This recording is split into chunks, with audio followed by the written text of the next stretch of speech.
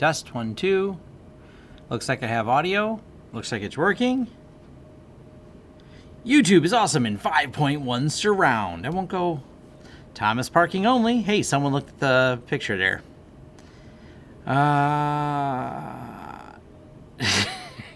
Don't listen to me in the best possible audio.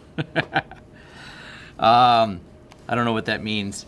But we're going to start with a sticker that says bash. Matter of fact, let's go to the overhead. It says bash that like button. So if we can start, I see there's 62 of you, so there should be 62 likes. And we're going to put this sticker on my laptop because we just got these in. And there's an empty spot. You know, things are mirrored when I look at them, so never mind. I think you know all that. Oh, the Unifi NVR. Did you notice that? Should I talk about this? Should I log into this? Who wants to know what that looks like? After we pull the sticker. Oh, man. So, yeah. There we go. Come on. Come on. Oh, I tried. We're going to do it at another edge now. I screwed that edge all up. I probably shouldn't be playing with sharp things on a live stream. We'll go with that. But I am.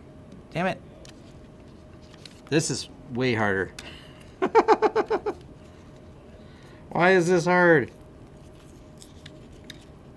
Why is this so stuck to this, and why am I so bad at it? Welcome to Vlog Thursday, episode 177. It is successfully peeled. All right. So now we can, you guys can see what's on my screen while I do this. And I'll try to, it says bash. Most people won't know what it actually says because we copied it. So now it looks like I have two bash stickers on there. So now I have a bash sticker and a bash that like button sticker. There we go. Empty spot filled. So 178. Yeah, wow. I said it wrong. Thank you for the correction. So now we have two bash stickers. One, the Born Again Shell. Two, bash that like button. So double bash it. If you don't, well, actually don't click it twice. That's completely fruitless to do that.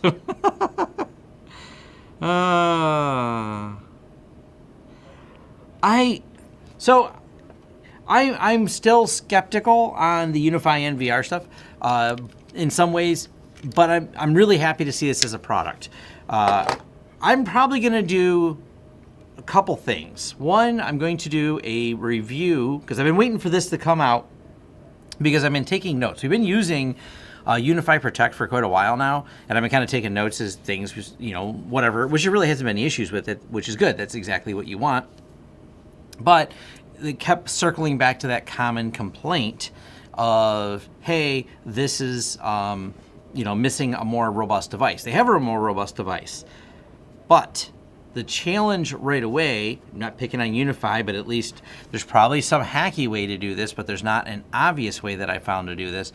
This device has to tie to the cloud account at Unifi's site before it activates. So that is just not something I like that much of, and the reason why, it's actually the same way they're doing the cloud keys or the Dream Machine. They all kind of have the same issue. But that being said, what if their site's down? You can't set up your NVR. Now, once you're set up, you log into it locally. Once you're set up. So that's my only real complaint with it right now from a setup standpoint, but I like it. I mean, it's a welcome addition to the Protect lineup. It supports more cameras. It actually has redundant hard drives. That's all great. And seeing as most of their competitors have activation license fees, it's not an uncommon practice in the market to do something like that. So I'm picking on them for being like all the other people, not for, you know what I mean? Like, make a bold change. Don't be like the other people that all have license fees and registrations. No license fees, just registration though. So just my thoughts on all of that. I will mention, because I like mentioning hot sauce, and this is my overhead. This is what we got here today. Stubbs Legendary Barbecue. I didn't make any food because I'm not hungry right now. I'm trying to eat less, but I have been consuming. This is habanero barbecue sauce, and it's freaking great. This has been It's habanero, vinegar, sea salt, spices, black pepper, paprika, red pepper, brown sugar, and a lot of goodness here. So I've been trying to recommend hot sauce at the beginning of each one of these for those of you that may be new. Now, can anyone recognize what this device might be on top? And if all you really have to do is, read the title and you'll find it. This is something else I'm doing a review on. So, welcome channel supporter. I just added that today. So awesome to any of you that want to sign up and become channel support members. I was going to work on some announcement for that. So yep. 8-port Aruba instant on. Yes. The Aruba instant on. So I've already been back and forth with their people. It's a neat product, don't get me wrong. Actually, all right. I am logged into it, but it's got a lot of features. This is what I'm logged into the switch. But the whole point of the instant on is having this cool instant on portal. And I've told them in the review, I'm going to discuss this and I'll bring it up to everyone before I do the review, which is going to be soon. The challenge with the instant on portal, one, it's kind of basic. It's actually, we're just going to flat out say, it's really basic. So it's so basic that when you put the switch in here, you lose all the features of the switch. So losing all the features of the switch to turn it into almost like a dumb switch that can barely do anything but add a couple VLANs and tag a couple ports. That's the only feature you get if you add it. And you can't have, per them, unless they're wrong, and this is I'm saving all the emails and making notes because this review got complicated, because once you add this to the instant on portal, it seems to lose local management. And if you don't have local management, you don't get any advanced features. So why have it in a portal at all? It seems like you should at least have some basic information in a portal and maybe advanced information on-prem. That would make sense at least, but to have an either or makes the portal kind of eh. But the Wi-Fi device, this is an Aruba Wi-Fi device, at least this is set up in the portal, it's configured. It offers, here's the connectivity, the how it's connected, actions. They're really, though, not much you can do. They're kind of auto-magical in the portal. You just kind of set things on there and there's not a ton of options, but it works. So that's the important part. And it's got this weird animation thing going on. So there's the Aruba test, network, bandwidth, schedule, network access. There, you've now seen it. There's all the features they have. Not a lot. I mean, they got a radius authentication versus password authentication, and the WPA type. That's, I don't know. They're kind of neat. They're kind of cool because you don't have to pay for the portal, and they also do have local access, but they don't give you much in a portal. So you get something for free that has very limited functionality, and that's, I'm not going to be hard on them for the review, but it's something I'm going to be, doing there. So, wow, look at all you signing up for this. This is awesome. Woohoo! Thank you very much. Let's see. Have you tried ZSH? No, I don't bother with it. I like Bash. Ain't broke, don't fix it. On the list of things I'm going to do is probably that. So, are you insinuating AWS could go down? Sure. Good afternoon. Let's see, what else do we have here? Hey, it's Willie Howe in there. Yeah, so me and Willie talked about this. Willie's looking at one of these too. And I believe so is Chris.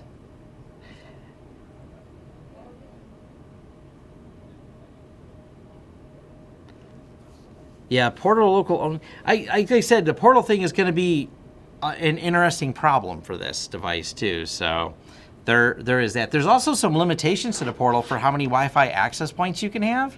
So I mean, they seem to be really gearing it for small business, and they won't handle the larger amount of people that we can put on there. So that's definitely kind of an issue. But so greetings from Estonia. We got people from everywhere. Now let's get over to one of the other things, because I wanted to try to do things in some sensical order, right? That's my theory. I want to pull up real quick here the Windows debacles. I think I got some links in here for the Windows debacle. Oh, and I did tweet about this, and I don't think I brought it up last week. Last week I was extremely distracted.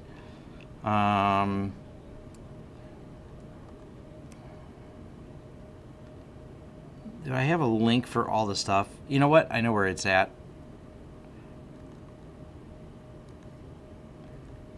There's that one. There's this one. I'm just getting the news articles pulled up. I'm going to talk a little bit about them because I think they're pretty relevant in the terms of what we got going on. And one of them I had tweeted. So let me find the Twitter.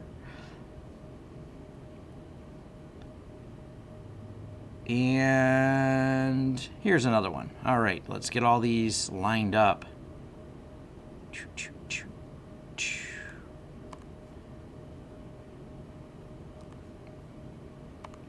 All right, so Microsoft's been like going crazy fixing stuff lately, which is good.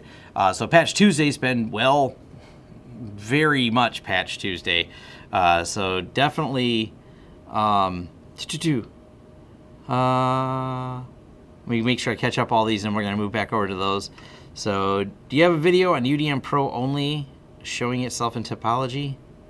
Holding wrong host names? Reboot it when it does that. If the map's wrong, just reboot it.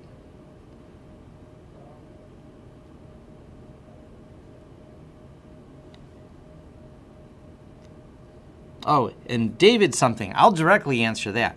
The way Unifi does it, to me, is very ideal, and other companies copy off this. You want switches when you try to manage, I don't know, several hundred of them, or even a dozen at a single client. They don't need internet to work.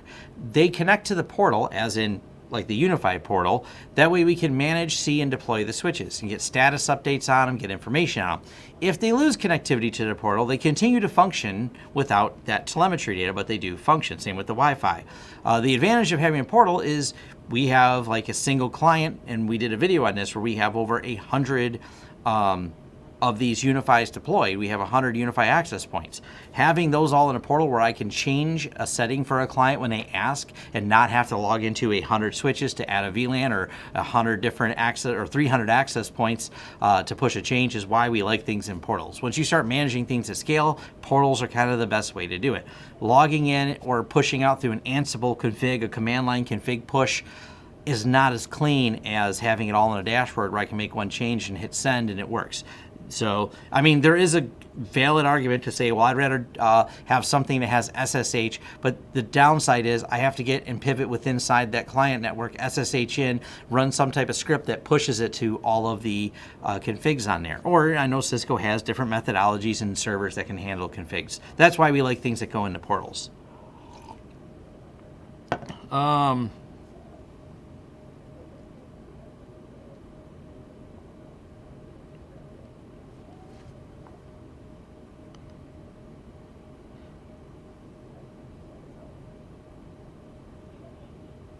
Yeah. All right. So what would a proper OS? I'm not going to answer that one. Are you able to more in-depth videos on managing multiple clients with the Unifi controller? I guess you just hit the pull down and put the clients in. There's a little list. You add the client site to the list, and away you go. Maybe I should make a new video on it because I haven't done one in a while, and it looks a little different. But you just keep adding sites. All right. Back to the Windows stuff before I get sidetracked again. I'll go back to the comments. So. Let's see. Now this one was interesting. This is we're going to just cover a couple of these here. Bug in USB remote desktop lets hackers add fake devices. An unpatched vulnerability in software that redirects USB devices to a remote desktop could help attackers elevate privileges on target machine by adding fake devices. The flaw identified as CVE 2020-932 resides in bus driver USB for remote desktop. Yeah, it was interesting to think about this. Now I thought about this as an kind of a use case here. being able to do that and have that level of permission, it was just kind of novel to think about that, because it kind of makes me think there's probably more to it and there's probably more ways to do it. So Sentinel-1 is the company we use on there, and it's kind of one of the keywords that popped up because I was curious. And they emailed them on how to address the issue. But we've seen similar attacks to remote desktop, and I thought this was kind of a clever attack on there, but it's also going back to the point all the time of you have to validate each user connecting to make sure they don't have ill intentions, even when you have all these remote users. So I thought it was just kind of a neat, interesting attack to attack it on the USB side. And it kind of reminded me of this. Now, this is more specific. The USB port missing after disconnect while Windows 10 version 1903 is shut down. It reminded me of this because printers are the bane of our existence in doing IT support. But it's like we have one bug in a USB remote printing driver, another local bug in here. I wonder if the patching has anything to do with it in terms of is there a methodology that was discovered by this problem that led to someone poking at this other problem to find it, or is it just coincidental on there? But the bigger picture is what types of enumeration can a remote user do, especially if they are connecting with lesser privileges, but when they connect to a remote desktop, how do they elevate those privileges related to that? It's just cool little things I started thinking a little bit more about. And the reason I bring all this up is because with more and more people working remotely, we're seeing more and more need for them to transfer files, for moving files back and forth when they are connected from their workstations. To further the problem, we're seeing more companies kind of ignore best recommendations all the time, and they basically let any computer connect to their, like, well, they're working from home as long as they remote in. We have everything secured on the remote side. I'm like, yeah, but now you've opened up a different type of attack vectors. So it's been something, one of the ways we validate, if the clients are following best practice, we make sure they have a managed laptop that they connect remotely to their network resources with. And people go, but that's kind of like double paying. I'm like, it kind of is, but it's the only way if you want me to give you a safety assurance and you're actually going to follow compliance. You can't take the computer that the kids use, log the kids off, and then go grab it for yourself to log into work. It's too much of a threat vector for key logging, for any of the other things, and to go a step further, any of these other different potential issues over RDP that can occur. So yeah, that's one of the security things I was really thinking about, and it's really hard to mitigate because it's hard to manage people at home. We're already getting more requests because people, even though as things open back up, people want to stay working from home. Okay, the next question we're getting from management in our clients is, how do we know they're being productive? So they want to monitor them because they can't figure out what they're doing during the day. And I'm just like, I don't know, see if they're doing the task you assigned to them has been my first suggestion all the time. But they're looking for ways to monitor them. But they're also the ones that are more security conscious are going, how do we know it's actually them logging in and not someone on their computer? I'm like, well, we have to be able to manage your computer. If we don't have remote access or ways to manage their computers individually, we don't have visibility. We have to assume because they were credentialed, they followed whatever VPN or two-factor to get to that point that it must be them, or it must be someone on their laptop. Generally speaking, if you're using something like OpenVPN or whatever VPN you install, we install a certificate on that computer, but now we can't really validate who's in front of that keyboard, or that someone doesn't have remote access to that computer that's remote accessing the other one. So these are some of the security things that I think more people need to really bring up and really start addressing, and make sure, and laptops are not that expensive. So having a separate one, a separate work laptop, even I do this. My work laptop is just my work laptop. No one else uses this. It's locked down, it's encrypted, it doesn't have any games on it, and it's a separate piece of hardware completely from the hardware that I use to do personal things or do my gaming and things like that. So. And RDP should never be open to the internet. Well, yeah, we can do Shodan, and how many RDPs are open today? Let's look. We'll do a Shodan search for, I think you can just type in RDP, right? No. Port.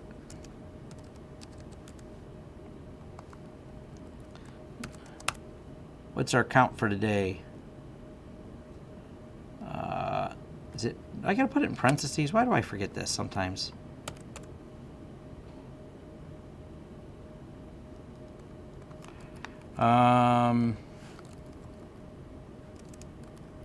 Shodan RDP port.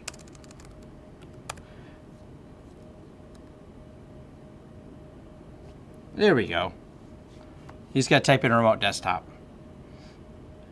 I thought you could just type RDP, but it actually wants remote desktop. So here we go. There are 4 million that Shodan knows about only sessions here. So yeah, you should never expose RDP to the internet, but you know, well, tell that to these 4 million people. They're having a hard time with that concept. So. Oh, let's see.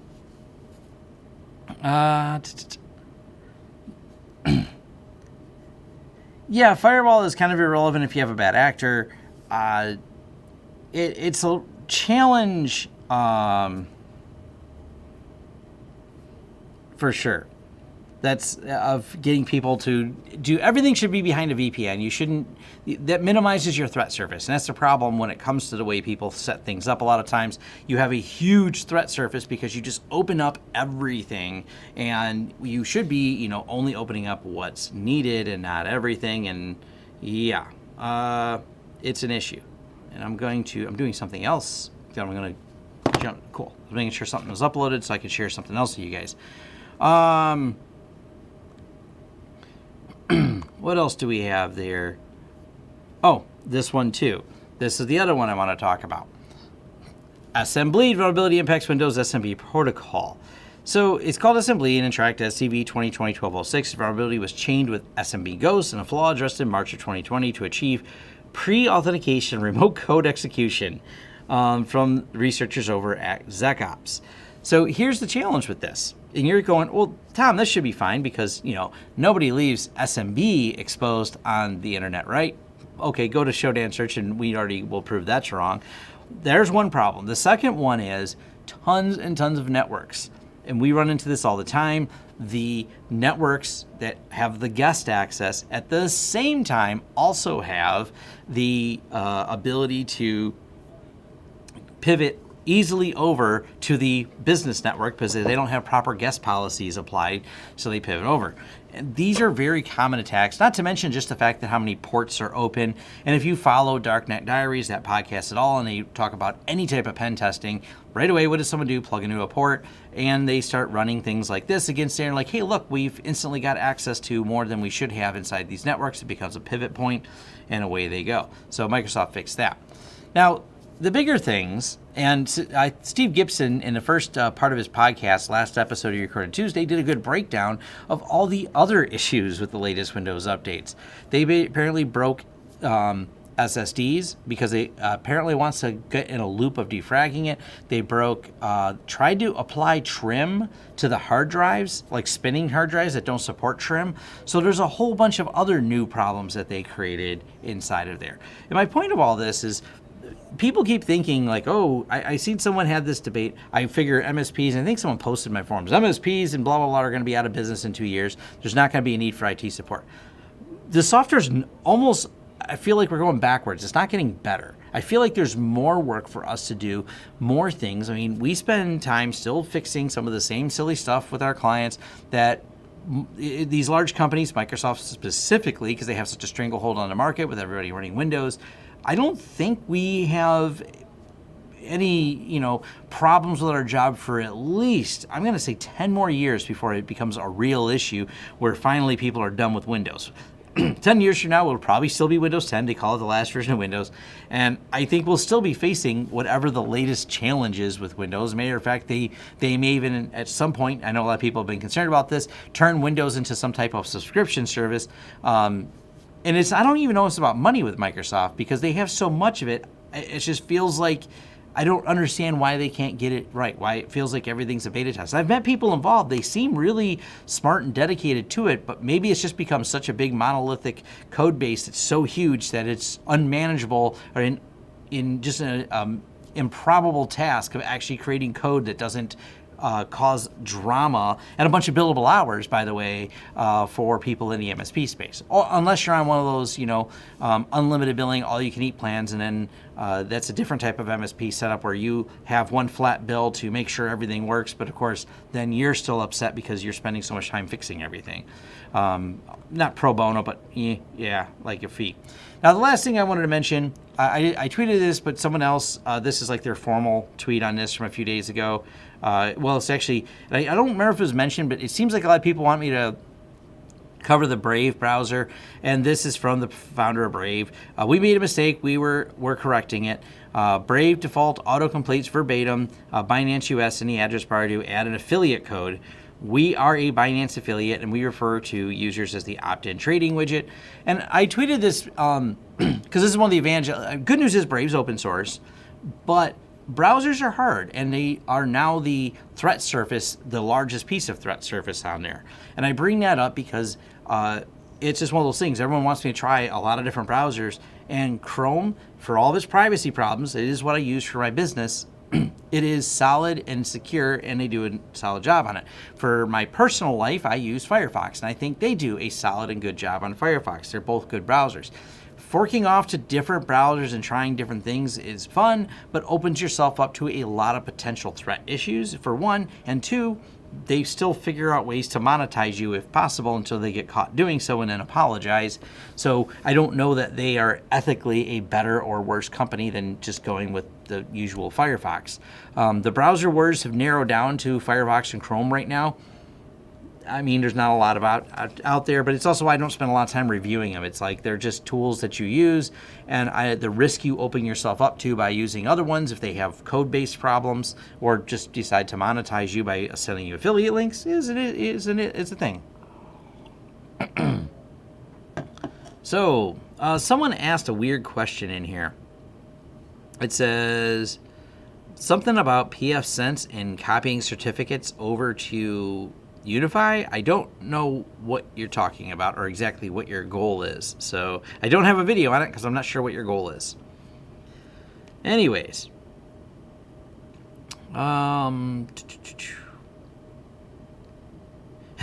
Microsoft made you finally switch to Linux. That's right. That's what Sam shared in there. So, oh, Tom, how on earth do you import certs issued by pfSense into a Unifi controller? Because you do a video on it. No, I'm not going to do a video on it because I don't do it. So I don't know why you want to do it. I don't do it. So, all right. Bad actors. Synology or QNAP? I'm going to go Synology. I'm a big Synology over QNAP fan, for those of you who don't know. I'm going to be doing some... Synology reached out to me and they said they want to send me some stuff to do some more videos on. I've been wanting to do more videos on Synology. It's so much about timing and finding a time to do all this stuff. I mentioned before, Brett took another job, so his transition out has left those responsibilities back on me for a little while until I can transition them back to someone else. So... Oh, simple internal CA. Yeah, there's probably some instruction on how to import into Unifi. I never do it, so I don't use them as an internal CA. I use HA proxy if you want to, have a cert assigned to internal Unifi equipment. I just do it with HA proxy. That's easier than trying to import certificates. Unifi doesn't have the best certificate import system. I've seen it's all a bunch of command line scripts people wrote to make it happen. They don't have an easy one that I know of. So, have you used HA proxy and pfSense to make the Unifi access external? Yeah, it works fine. You can absolutely do it. Matter of fact, let's go over to, I'll pull that up.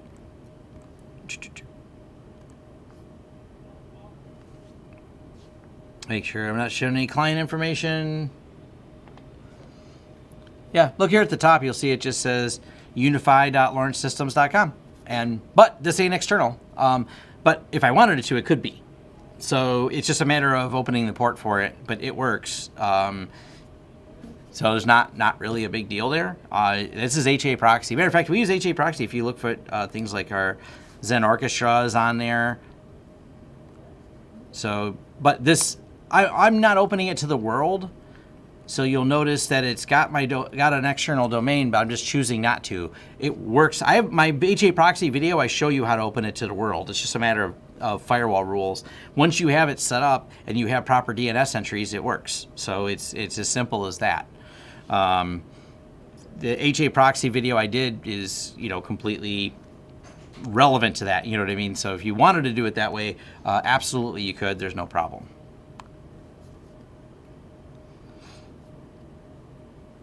Let's see. I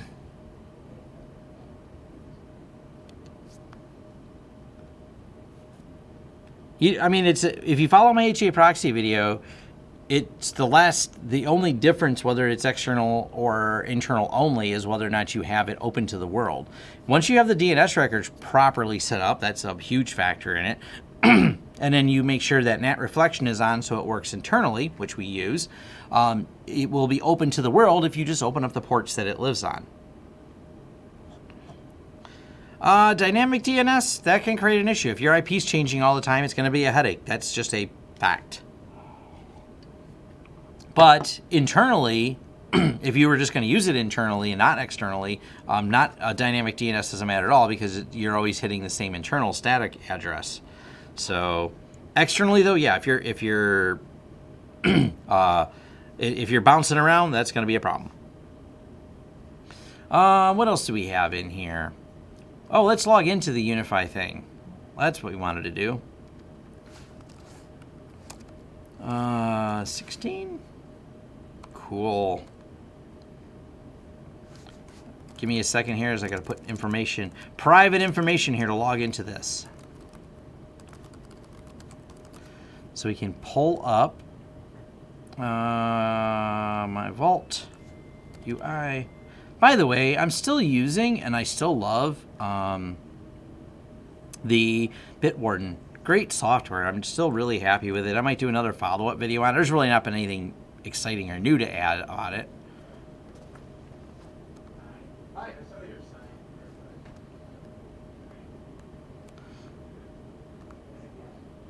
So,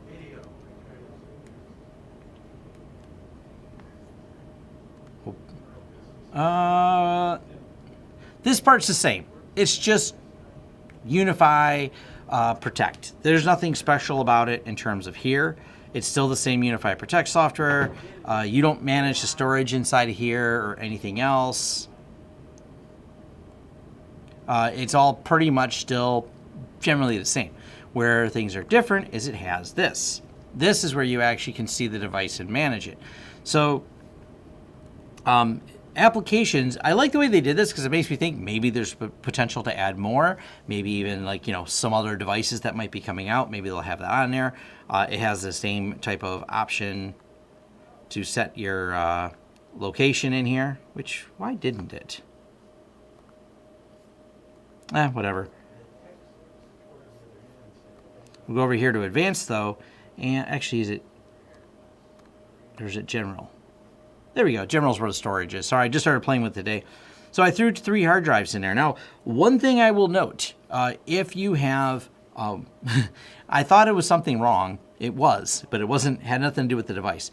I had put several hard drives in there. I didn't realize though, maybe it's because they had ZFS on them previously. They were just ones we had for testing. It only detected 1 of the 3. We don't really know why. So it only showed up 1 drive and we're like, well, how do you change it? How do you tell it to find the other drives? Then we popped the drives out, erased them, put them back in. They seem to work perfectly fine now. I think they don't like, maybe they had the ZFS. Not really positive. I have to do a little playing around with that particular aspect. Second problem was, I thought after I replaced the drives, I was right, that once you replace the drives in these, it would just automatically load them and grab them. It kind of does. You just set the drives up pretty easily, but the Protect software actually seems to get reset up and reloaded, and it took about, after you set the drives up, there's like maybe a 10-minute delay before Protect starts running. So just that as a note. I don't know if it's downloading it in the background, setting it up on the drives. I'm not sure mechanically what's going on. I'm going to dig into it a little bit, but it's definitely doing something in the background while you're waiting for it to start. So it's going to be fun to review it. Like, I like the product so far from my little bit of testing with it. They made it very automatic, very simple to use. I put only 3 drives in and left 1 out because The assumption is there's going to be easy to expand, is what I've already been told by several people that already have these, like, yeah, you just drop a drive in and it expands it. Neat, that would be a really cool feature. It's using Linux MD80M RAID, so it's a standard Linux RAID configuration, so it's nothing particularly strange about it. So it's pretty cool. Like I said, I played around, logged into the command line on it, and I've been digging around. So definitely pretty cool. Somebody at my door, yes.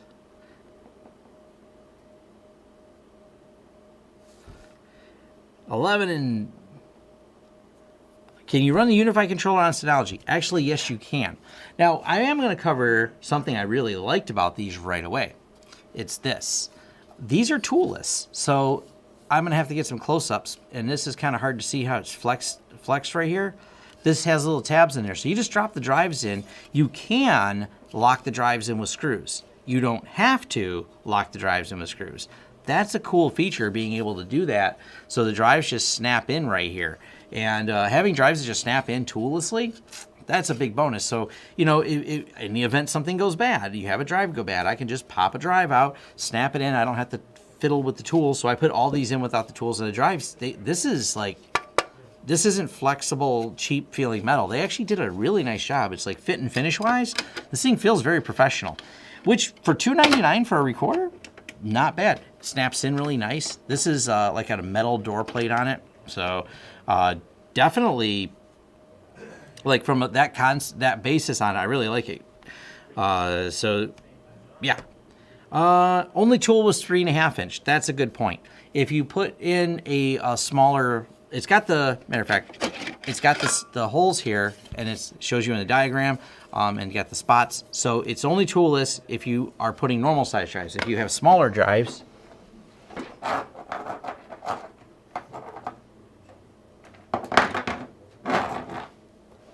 like these are, you're gonna have to, you know, tool them in like this, because it does work. But hey, bonus, it actually works with these drives. The fact that it has the mounts for it and has an option to put smaller hard drives in there, that's pretty cool. So if you want to put this with whatever your favorite 2.5 inch drive is, definitely an issue. 1 second though.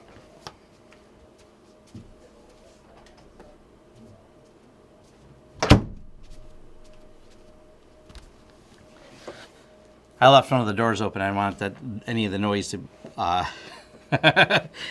bleed through. So, oh, how many cameras is that NVR rated for? Now that's an interesting thing. Now let's look at the Unifi. So this is the, what is it called? The UNVR. Unifi UNVR.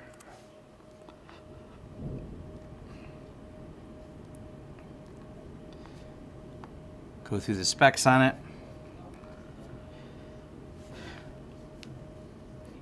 Enterprise network video recorder can provide 30 days of 4K storage for up to 15 cameras and full HD for up to 50 cameras. Now, that's providing storage. I guess that means it can handle up to 50 cameras. That's what I don't see, like, specifically. Okay, here we go. Add 50 cameras. Okay, so it does have notes over here. I just haven't read through this much. So it's got 50 camera support. That's not bad. This makes it so much better than the Cloud Key or the Dream Machine having in there. Now, I think for the Dream Machine, back to me mentioning before, the Dream Machine is kind of a cool home user thing. Not bad. You know, you get the Dream Machine and it has everything all in one. I think that's kind of a cool all-in-one device. Dream Machine Pro specifically, not Dream Machine. I don't want to conflate that. But overall, having a separate recorder, which is definitely something, because as I've mentioned about 1 million times, we don't deploy too many Unifi Dream Machine Pros or, you know, any of the USG line of routing equipment due to its lack of high-end features that we run into on it. Because of those factors, I would like a standalone, which that's what this is, standalone NVR that we can sell. Now, the other place that we could sell this is the discontinued Unifi video platform. If people run into a lot of problems with the now discontinued Unifi video platform, but they have all those Unifi cameras, this is a drop-in solution finally that we've been kind of looking for.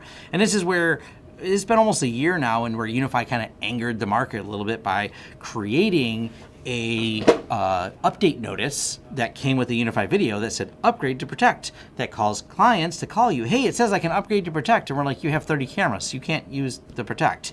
And now they actually have an option that they technically could call an upgrade to that. So it's interesting. I like the fact that it's out, that it exists. I'm going to be doing some more testing with it. And my thoughts overall on just the Unifi video platform is I do like it. The Protect platform is really nice and easy to hand to end users for workability. So that's definitely something I like. Let's see. 50 cameras at 720 or 1080.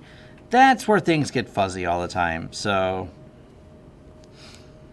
I don't have a video yet on TrueNAS Scale, and until I really dive into it, I mean, there's already there's a video by someone else on it, and they interviewed Chris Moore talking about it. I can't give you better information than the guy that wrote it, so I don't have any time to review it at the moment.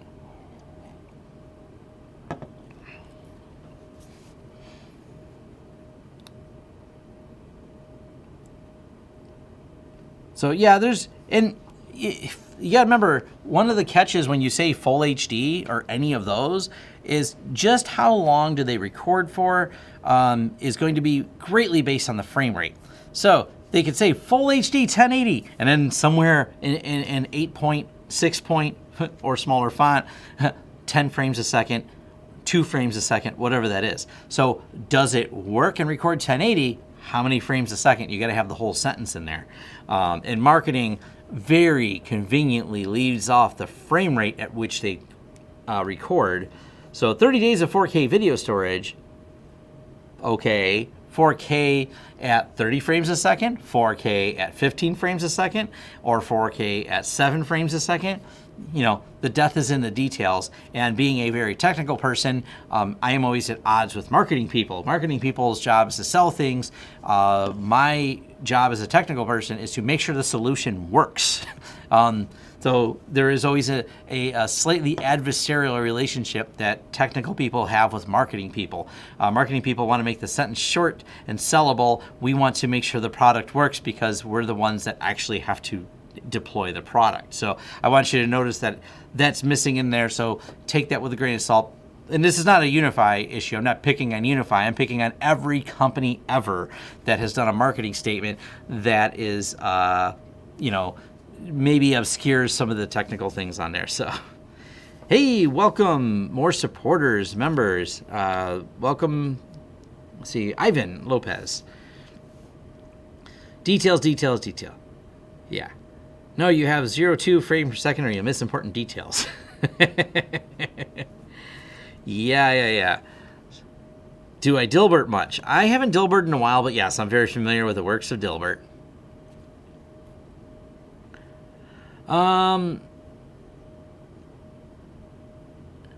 There was a post on Reddit about a tool that made to get Hikvision working on Unifi.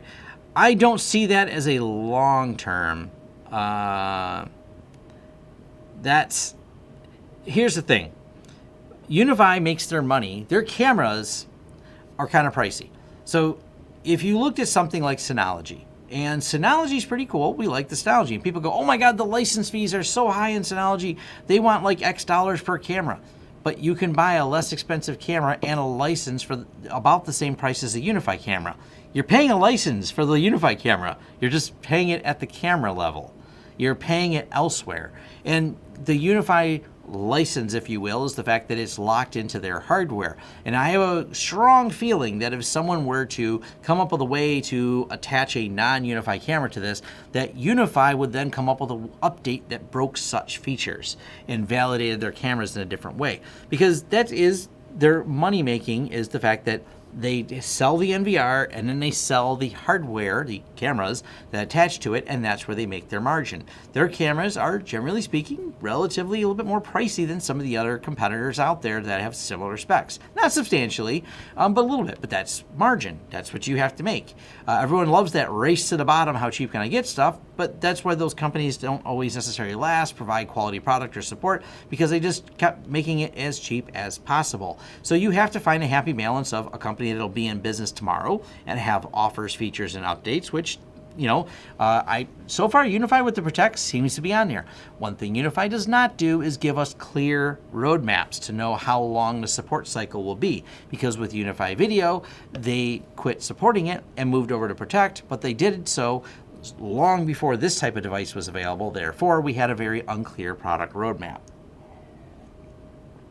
So that's it. Swill 4103, thank you for the $5 donation. It is greatly appreciated.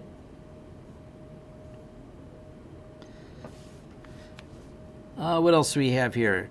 Yeah, salespeople promise the yes. Man, I had a good joke on the edge of my tongue that I was trying to think of about salespeople. It was something someone said. It was really good. It was a salesperson, but just talking about lying, and it was fun the way they talked about it.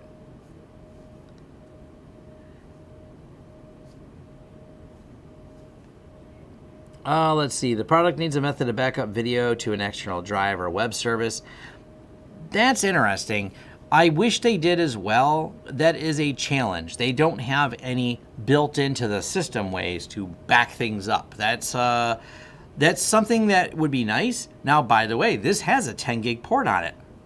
So if you wanted to have a bunch of fast cameras, usually 1 gig's enough, but hey, cool, we have 10 gig. 10 gig would also allow us to egress data back off of this, as in back it up. But they have no methodology. The good news is I have some levels of hope that there'll be at some point in the future a firmware update, but seeing as Unifi doesn't make a storage device, maybe that's part of it, because it would go outside their ecosystem. I don't know. I'm guessing, I'm speculating there. Maybe if someone's from Unifi is listening, that would definitely be a good feature that we'd like to see. So that would be great. And thank you for all of you that are signing up today, because I did add the join button. I'm deciding what else will go in there. One of my goals, so we don't pivot too far off this, but I just seen more, welcoming more supporters to the channel here. The subscription things on YouTube, I've been reading about them, learning about them. One of my goals is not to exclude people who I know are getting started and may not have that much money, but I put it up there because I also, support for the channel helps me focus on creating content. So in that happy middle, I may do some extra live streams where I do like one more a week that is just for members. If all the members think that's better, it's kind of cool because anyone who's on there will be able to come to the live stream, and it'll be fewer people, but it'll be a little bit more focused of a conversation. And maybe I'll also, because when you're a member, there's ways you can post and reply. I'm sorry, I'm less of an expert on this and learning it and reading through it. I can post in some of the social stream inside of YouTube, and only members will be able to reply. And I'd like to do a Q&A. So if you guys prepare questions for me, via Twitter, via however you want to contact, or hopefully YouTube has an easier way to do it, and come up with a way that I can have a list of questions and a list of topics, and I can dive into them on a more personal live stream. So that seems like it might be a good offer extra. I want to make sure I'm giving back to people who help and support me out, and and keep producing the overall tutorial videos, which I like getting out there as well. Let's see. Hey, welcome, Simon Greener. Is there a 2FA and PFSense? Don't know of anything coming in the future. Here's the thing, William. There's some ways people have kind of bolted it on for there, but generally speaking, I'm mixed. I wouldn't mind having it. I think it'd be a nice addition. I don't know why they're not pushing for it, but it's also something we keep very locked down is access to the admin panel. One, we don't expose access publicly to the internet. Just don't. That's not something we're going to, whenever we're doing configurations, not something we do. Second, we don't expose it to their general network. Sometimes you even create restrictions so only certain computers can log into it. So it's been extremely rare that any type of breach ever was caused by someone getting access to that, unless they were facing it to the internet with a weak password. So while it would be nice, it's also not, I don't feel to them it's like the highest priority. I wish it was maybe I'll mention to them next time I'm talking to the product people there, and I'll bring it up that, hey, it'd be kind of cool if you guys threw this in here. It just doesn't seem to be on the top of their list. Maybe someone could offer it as a plugin. It shouldn't be too hard to do. The other side is it's also would be kind of in some levels, it could be difficult because managing a whole bunch of TOTP keys for the volume of firewalls we have to manage, well, that would be complicated. So that could also create a little bit of a challenge, but in that case, an exception might be made, seeing as they're only internal facing, where I store the TOTP key inside of a Bitwarden file where we already have the customer file. So we'll keep a password in specifically a customer file locked up in Bitwarden, but you can also, Bitwarden has the ability to store 2FA keys. But at that point, it's also not 2FA, because if someone gets into the Bitwarden and you've stored the 2FA key in the same place you stored the password, so, I do not have vodka in here, so. Where do you click to be a channel supporter? I believe if you just go to the front page, there's a join button, or if you click on any of my videos, there should be a join button. So thank you for all of you that keep clicking the join buttons. I'm seeing more of you do it, and it's very happy. Thank you very much. It's greatly appreciated. For 2FA and pfSense, you can plumb it into your SSH. Actually, yes, I have a couple of videos I've done on managing pfSense remotely. One of them is you can take SSH and set up key-only authentication, and then you can even wrap and block access to the web panel except for to localhost, and by doing that, you can then SSH into the pfSense and wrap a tunnel port or use proxy chains, whichever your choice is, and proxy chain into it. If you look at my proxy chain videos, I've got a couple tutorials on that, and now the only way to access pfSense is by SSHing into it, and then that exposes the web panel. That is an option for lockdown that's pretty solid and not easy to, yeah, okay, and then like you said, is it Bogdan? Like he said, YubiKey with that. Well, now you have one more way to do it. If you had YubiKey tied to your SSH, away you go. That's one more feature you could add on there. So definitely cool. Yeah, proxy chains is great. I did that video on proxy chains a while ago. Maybe I'll do an updated one. There's not really anything changed about it. Proxy chains has been around a long time, but it's one of the great ways you could just pivot in and out of networks and move around.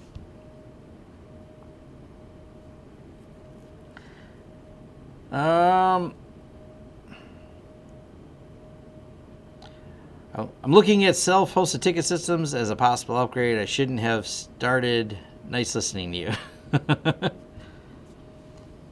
But if you allow LAN-WAN traffic on a port, does that allow allow two-way communication because the connection is established from within the LAN? I guess it depends on how you're configuring things. So, I mean, the way NAT works is it reaches out through the firewall, and you're on the LAN. I reach out through the firewall into the WAN, and there's a state that is established to come back through. It's kind of like creating a route. So it's a connection from the internal device through the firewall and back. That's not necessarily just opening yourself up to anything. It's opening a single state up that was requested by the device behind. It does not mean all other services have access to it. But read how NAT translation works and firewalls in general expand out there. You'll kind of get a better idea of how some of that may affect it. It may answer your question better. It's kind of a dive into the networking functionality of it.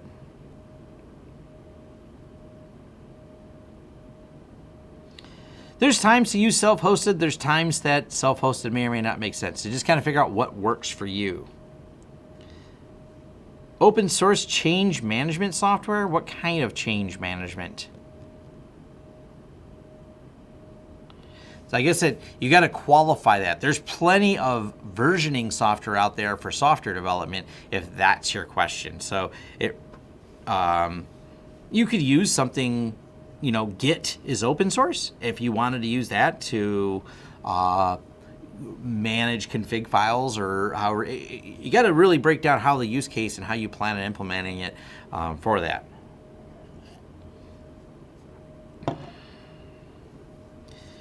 Double 2FA, I mean, in some ways, some things are. So, for example, different services we have, some of the very specific ones are 2FA, but so is our VPN. So technically, in some sense, yes, we do have kind of a double 2FA system.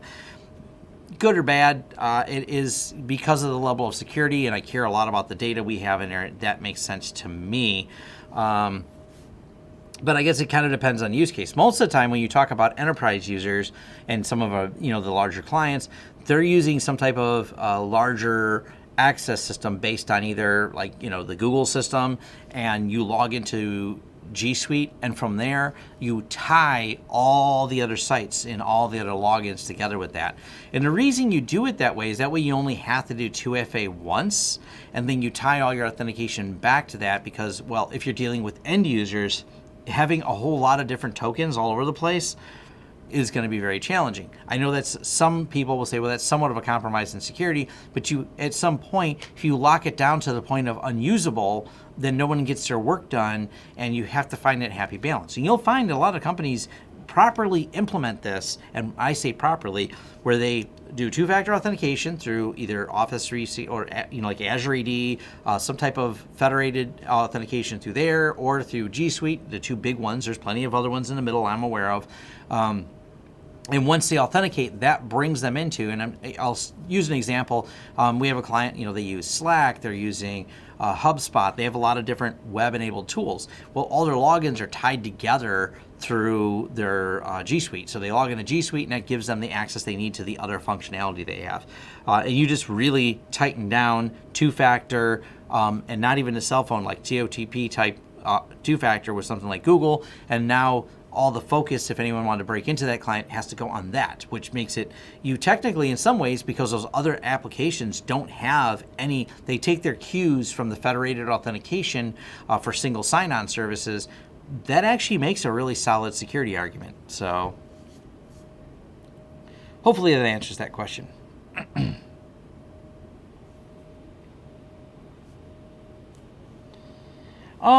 Would it be available for non-supporters afterwards? Would it bother the people who pay to do the live stream with me if I did make it public afterwards? Or do you only want exclusivity to it? I think maybe it's better to like, hey, this is what we cover on those live streams, so it becomes public after, but during, the only people that can interact for that particular extra live stream. Not going to stop this. I'm still going to do my Thursday thing every Thursday. So, I don't know. I like making it public after. That would be fine. So, okay. I don't really think it would bother people. My goal is always to try to get more information out there to people that may be helpful, maybe something interesting. That interview, and I've seen someone bring up Quad 9 filtering quality being so good. Do you bother with additional PF blocker threat feeds with Quad 9 as a DNS resolver? I am now donating Quad 9 monthly. So here's one of the things about Quad 9. And when you dive into something like that, it was a great interview. Matter of fact, there is the pre and post interview that we did some off the record, just thoughts on DNS and things like that.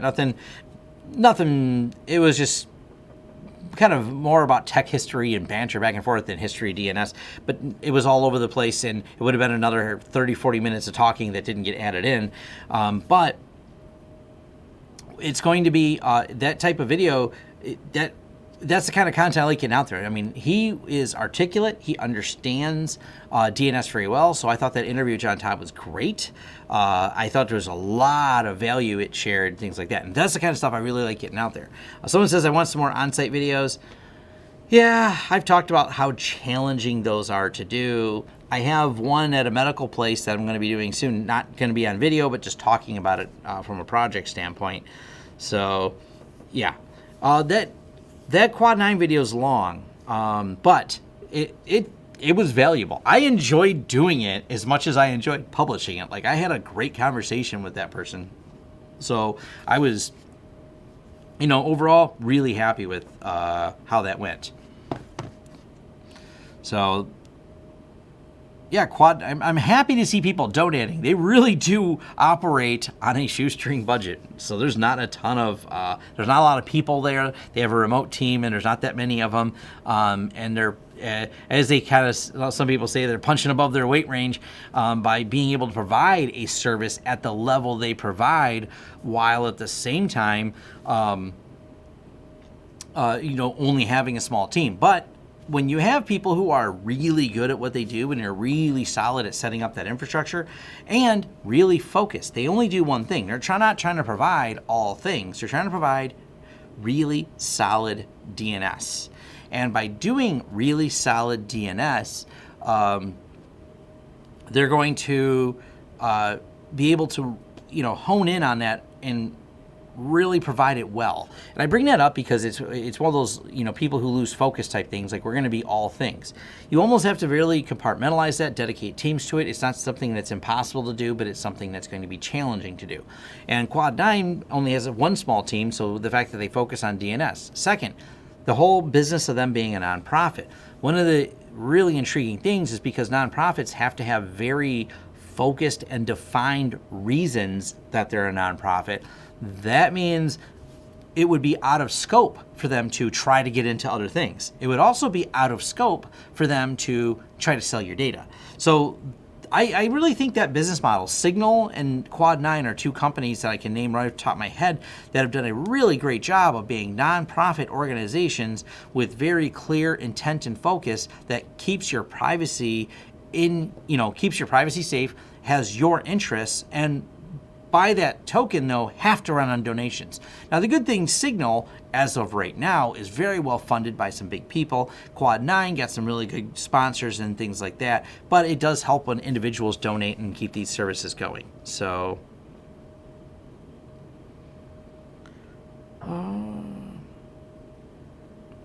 if you look, I have an account. If you type in accounting in my channel, you'll find my accounting workflow. If you type in profit and loss, you'll find my accounting workflow. I've done more than one video on the accounting software we use.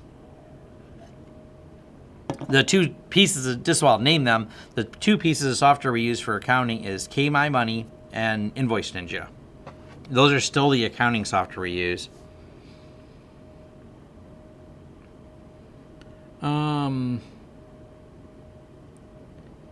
USG threat protection is very different than what Quad 9 does. USG threat protection is using Suricata, and I'm not sure what threat feeds they pull, but they're probably, the Snort or ET Open feeds. My guess is ET Open. They pull ET Open feeds into Suricata and apply rules to it. That's how the threat feed works for like the different ones that Unifi offers in their firewall. Quad 9 is specifically DNS sinkholing threat intelligence data they receive and filter through. So that's different. That means if there's a domain that's bad, they're sinkholing it.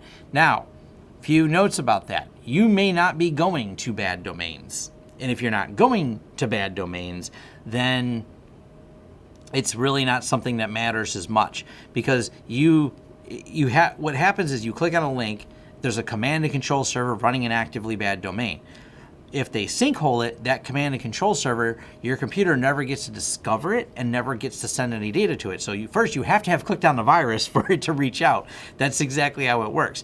It's like a protection for when you've reached the virus and you've executed it on your computer. So hopefully you're not hitting these too often. If you are, that's when you know there's a problem. So hopefully you're not hitting those sinkhole domains on there. That's a lot of what they do. And of course, there's the occasional you click on something and try to take you to a site that's sinkholed on there. The downside is, and I don't have any solution for this at all, you can't sinkhole some of the domains because some of the threat domains are actively on SharePoint. So we had one come through the other day. One of the vendors we use got hacked. They sent out fake invoices. they were from another company, not the company that got hacked, not my vendor who's only got their email hacked. Another company got their entire SharePoint taken over and their whole Office account. So they produced the fake stuff on there that had redirects that downloaded it from a hacked SharePoint. How do you block Microsoft? If you're an Office 365 user, you can't sinkhole Microsoft. So that's where it becomes like a series of problems. And that's one of the reasons they are attackers are so keen to attack something and have it on a more popular domain, because it's so much harder to sinkhole a popular domain because you break so many other things. Hopefully a long-winded answer there helps.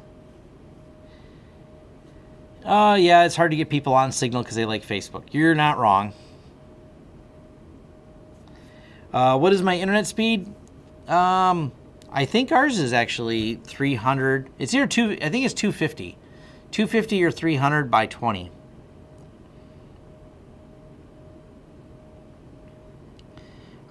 Use Bitwarden passwords. Do you have something, network layout, port configuration, subnets? We use the diagrams.net. I got a video on diagrams.net. Great software for diagramming all of that.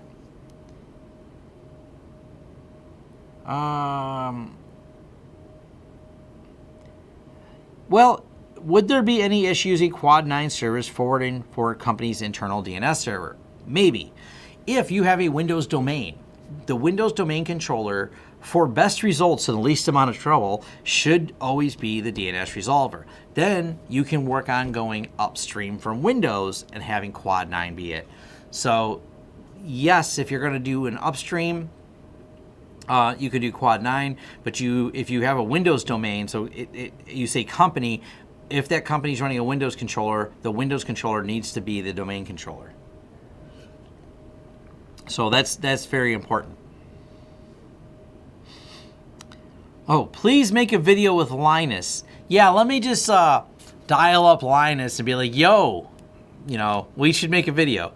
Unfortunately, I think that would do wonderful for my channel, but it's not necessarily within the realm of, I don't have his phone number.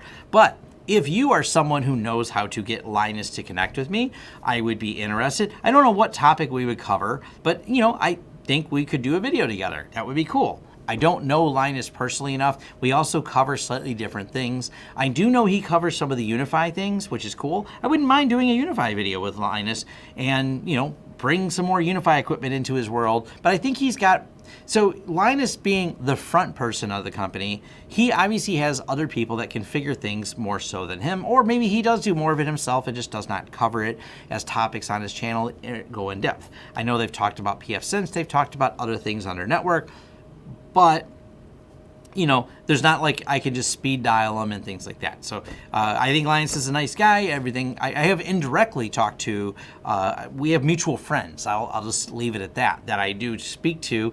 And I've talked to Wendell on a handful of occasions. Wendell's great from Level 1 Techs. He knows Linus. I've talked to Patrick from Serve the Home. He knows Linus. So indirectly, I don't know Linus, but through those people, I know of it. So. But it's not like I can just call him up and say, let's do a video. Also, Linus is not by me. So, and I don't even know if you can go in and out of Canada yet. I don't know how that works.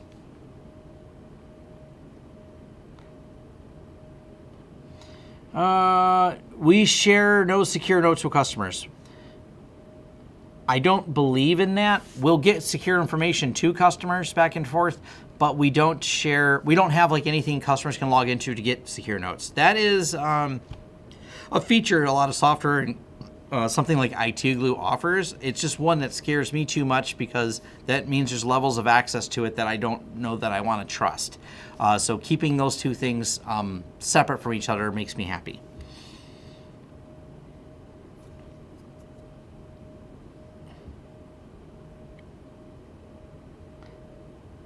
Yeah, the organizations is more to share passwords to your staff. That's correct. Matter of fact, because we're a paid subscription user of Bitwarden and we're hosting it internally, and I still buy the subscriptions from them, it is so I can manage it locally without external access. You can't even get to my Bitwarden instance without being on the inside of my network with a VPN. And on top of that, you have to have certain computers with authorization to talk to it. And besides that, only certain staff members, not 100% of them. The salespeople don't get access to it because they don't need it. So it's only for people that need it.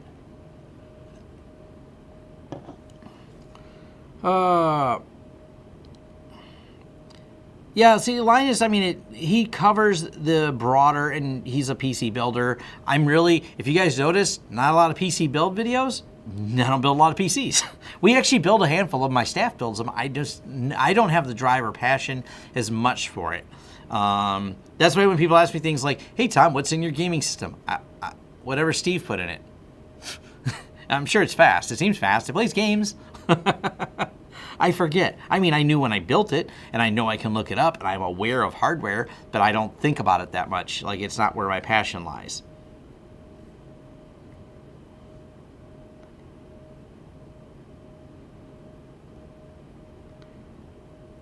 One of the cool things that Google has done is they've added secure email, and they don't have to have Google on the other side.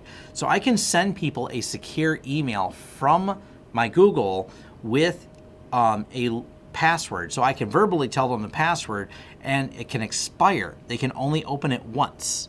So that way, if they wrote that password down and someone found their email and then somehow got into it, if I have to send a password reset, that won't give it to them.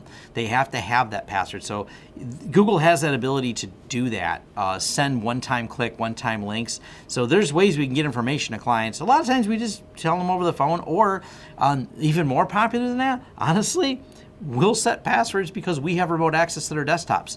We'll be on the phone with them, and we'll put the password on their desktop for them, or they'll have them type it in. But a lot of times we're resetting passwords, usually just to temporary things if there's a password reset.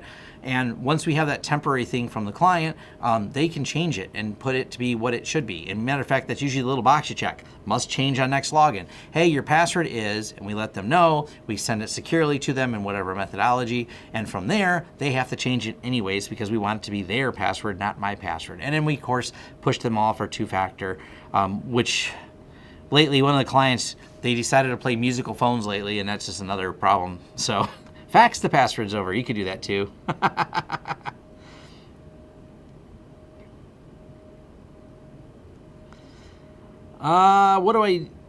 We don't ever have to send sensitive files over. We'll transfer them directly via our internal tools. We use Screen Connect, so if we have to transfer a file, we can move it that way. But that's just a rare thing. There's not like there's really, in my line of work, not a lot of confidential files I'm moving. So, yeah. It's not something that comes up very often. We're very rarely moving some type of confidential file to people.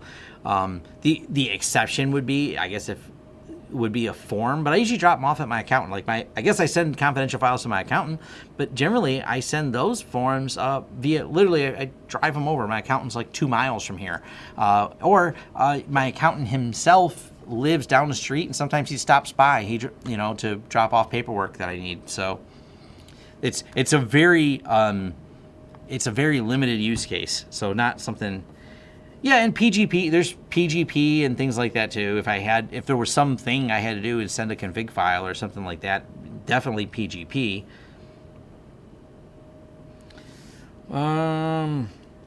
Cheapest way to experiment with IP phones. VoIP MS. I'm working on a review of VoIP MS. They are really great.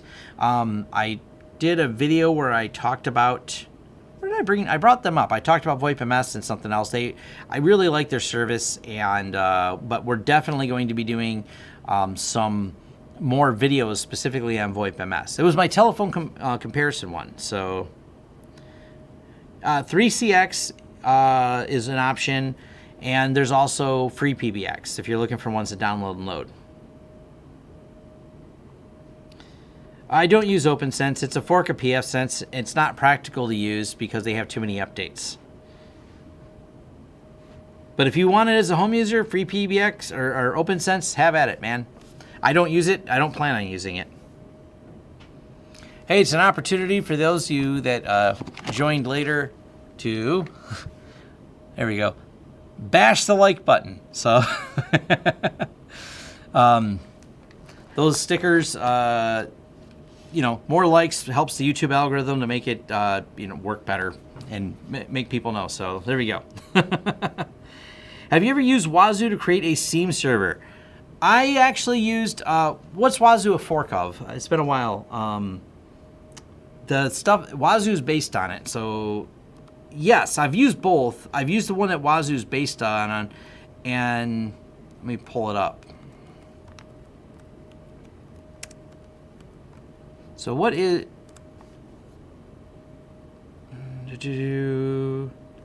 it's,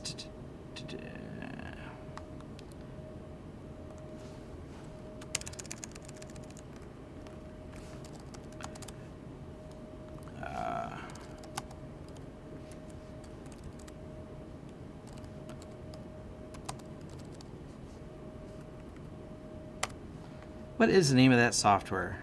It's a fork. See, Wazoo is a HID system, not part of exactly a SIM system. Where was it forked from? OSEC. That's it. Wazoo is forked from OSEC. So both of these are cool, but if you want to build a full... I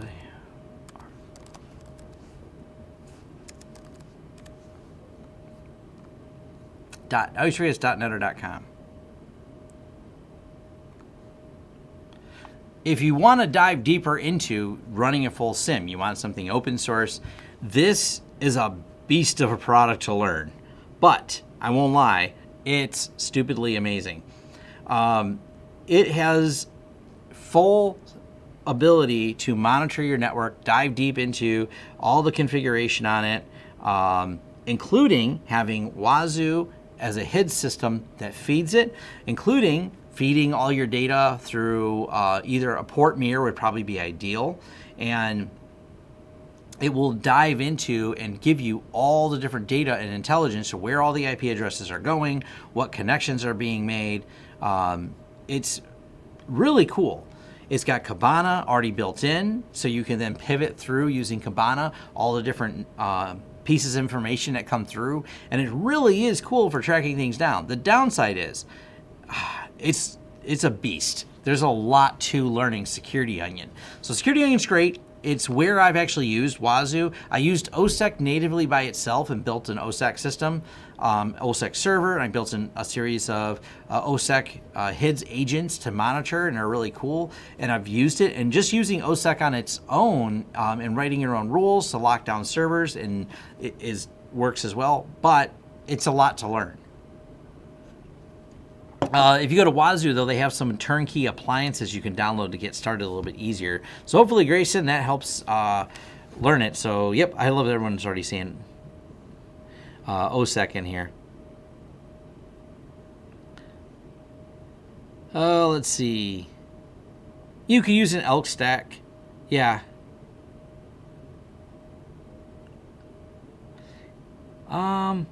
Yeah, maybe I'll do a basic video on Security Onion to raise some awareness of it. But boy, it's a lot to learn. I've got it set up and going. It's pretty cool, but it's also pretty big. It's a little bit more time consuming than I would expect to set up. Hey, this thing's on. One thing is, this is hot. Like, this is not hot, but this has got some heat to it. Oh, by the way, if you didn't notice, the Unifi NVR is on, working, and it didn't make any noise. They did a great job with the Unifi NVR keeping it really quiet. So hats off. That'll be part of my review. Never heard of Mail Trail, but it doesn't sound... Mail Trail.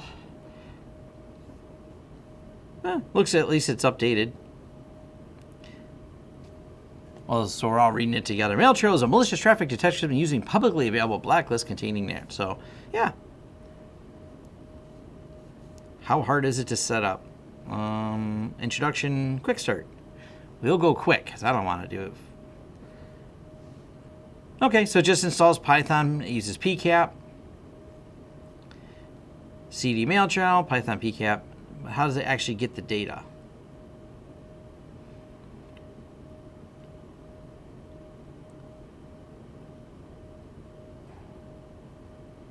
So Python, how do you get this? Send the data to it.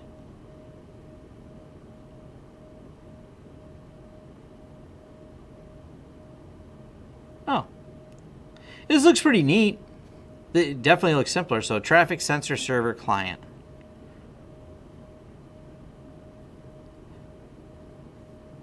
Linux connected passively via span mirroring port, transparently inline a Linux bridge, which is cool because then you can actually probably bridge it off something else. So I will, yeah, I'll take a look at that. That actually, what I like too is when I see that there's, even if it's only minor updates, there's updates. That's actually an important piece of it. So thank you for that. That's actually an interesting one. I'll throw that on my tools list of things. One more thing on the thing I'm going to do soon, which I'm working on. I get to them eventually. I feel, I don't think anyone realizes how I always feel like I didn't, what do you call it? I always feel like I didn't get enough done all the time, no matter how much I do. So I still push myself on that pretty hard.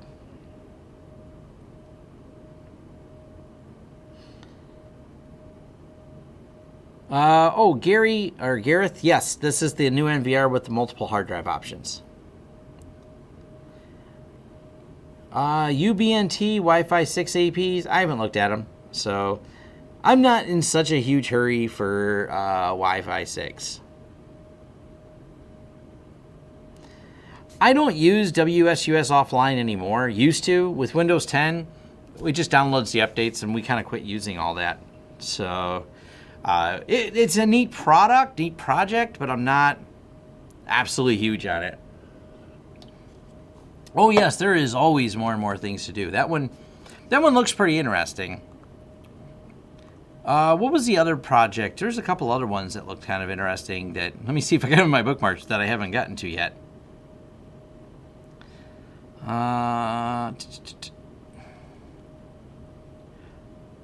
Oh man, there's actually a whole lot of stuff in here. Here's the challenge I have with a few of these. One of them, I'm going to do an updated video on a pie hole, and the reason why, there's a few new features that they added that make it kind of interesting for logging. I want to dive into those features, and then maybe I'll reach out to the PF Blocker developer and see if they're interested in doing them as well. I'm trying to see if I can show this to you. Me and Xavier talked about it, but I think this is stuff that gets us demonetized on YouTube.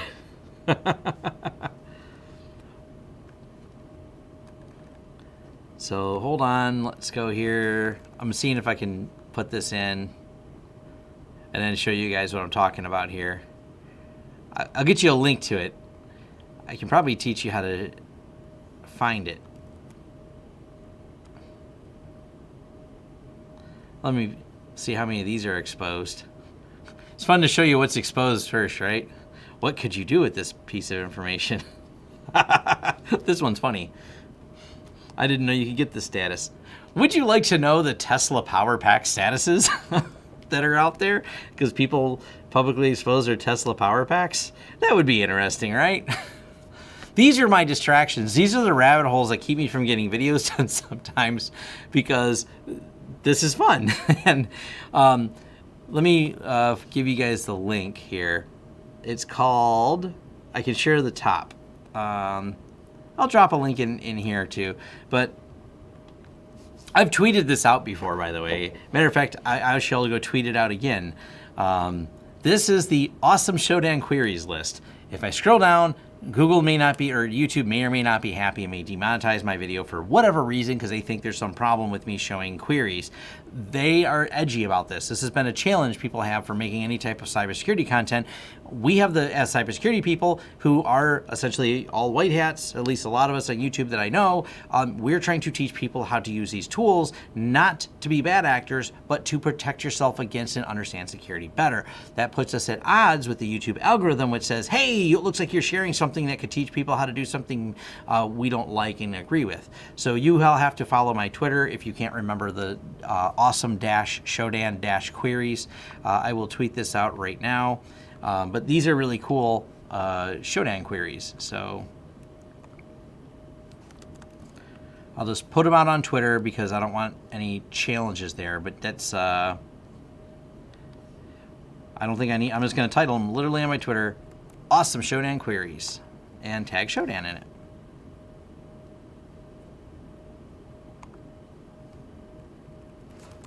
There are some new Awesome Shodan Queries.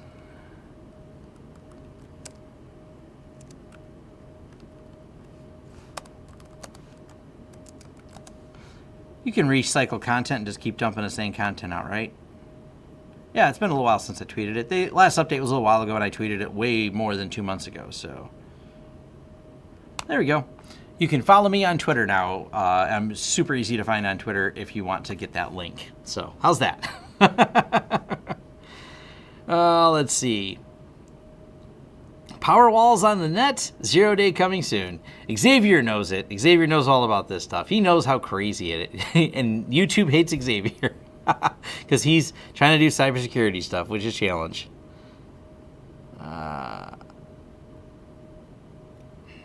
He'll get on a list if someone puts things in the chat. I don't know if that's true or not, so I have no idea.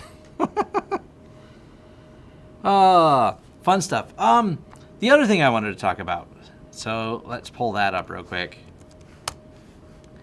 Just jumping around on topics. I think, is there anyone that has questions? Let me make sure there's nothing exposed here. I don't think there is. I think there's just a lot of mess.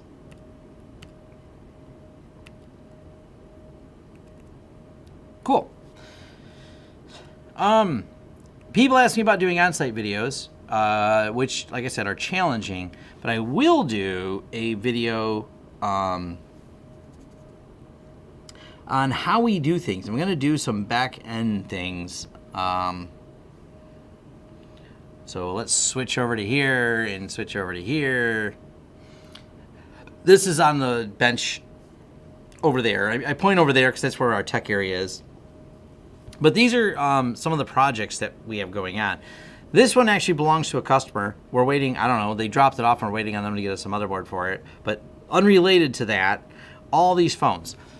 So it's harder to do the on-site videos, but these are what the prep videos would look like. And I thought maybe I'll do some prep videos because people say, well, how do you program everything? Well, we open them all up. We re-engineer the network to match their network, as in phone systems. So we have the IP address ranges, everything's set to match their network. We program, set all the ranges, reserve everything in their network to the same DHCP ranges. So everything is ready to go. When we take these and shut them down, they're all gonna have the same addresses and match exactly right. And then we deploy. That is a standard process we follow all the time. But I thought about making a video on it because people seem to think that it's harder than it is. And we do all the work in-house as much as possible. Matter of fact, this is also how that goes. We only ever need a couple people at the office. We don't have a big staff internal. All the people doing the work are remote. We just get them hooked up. We do the physical, we'll set these systems up, and then from there, we hand it off to the remote people. We give them a login. They can then log in and start configuring these things. And that's how like each step of these projects go. Matter of fact, can you see it on this? I don't see the customer name on it. This computer is being remotely controlled by one of my external techs, and we're swapping firewalls for him. So we just keep putting the firewalls up. He remotes into this particular computer, programs the firewalls, sets them up for the client, matches the settings. Then they go back in boxes when we're done. So each one goes back in a box, and then it gets shipped out to the client for deployment, and it's all pre-configured. I did a video showing how you can even put public IP addresses internally on your devices, so we can build the VPNs ahead of time, we can build the firewalls, we can get all the details ready and prepped prior to them going out. And this was a test of a scenario someone had, but there's another SG5100. This is Steve playing is really what that is, with some ideas. And here's an SG5100, I think that's what that is. Yep, that's being programmed for another client. There's a Synology getting programmed, set there, and someone's remoted into it. These are what the projects look like before they actually leave. We try to organize them into kits until everything's done, and then we just stuck it in a tote. Just makes it easy, you know. Once again, people overthink it. We have a box. She bought another shredder. Our old shredder was broken from a long time ago. I bought a new shredder, so if you're running with the box, it's a shredder box, but we have all these cameras. There's Synology. Everything's programmed, so those will go on site, and they're just getting ready to be taken out. Now, these are going to be for local projects and things like that. So I might do some videos on that particular topic, but it is a lot of what goes on, and sometimes how we get caught up in when I'm not making videos, what goes on. But I may do some of that because I can't always go on site and do the video for all kinds of restrictions. But that kind of hopefully gives you an idea of the workflow going on behind the scenes here to make that happen.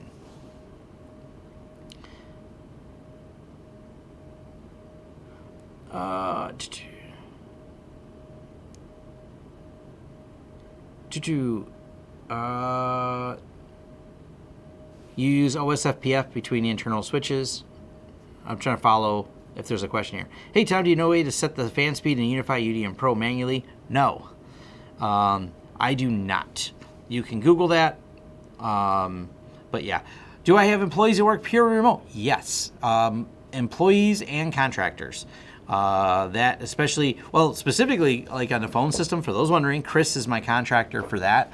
Crosstalk Solutions, I've done a video with them before. You've probably run across this channel if you've done any searching on mine. That is one of our external contractors / other businesses. We also just have a few other people that I know that I contract that are friends of mine, but they don't live locally here, and we'll have them remote into things. So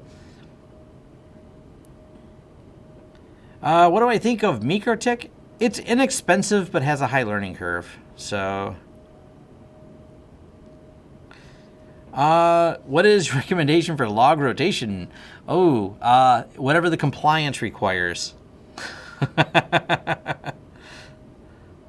So, most of that's going to be driven more by compliance and site requirements than opinion.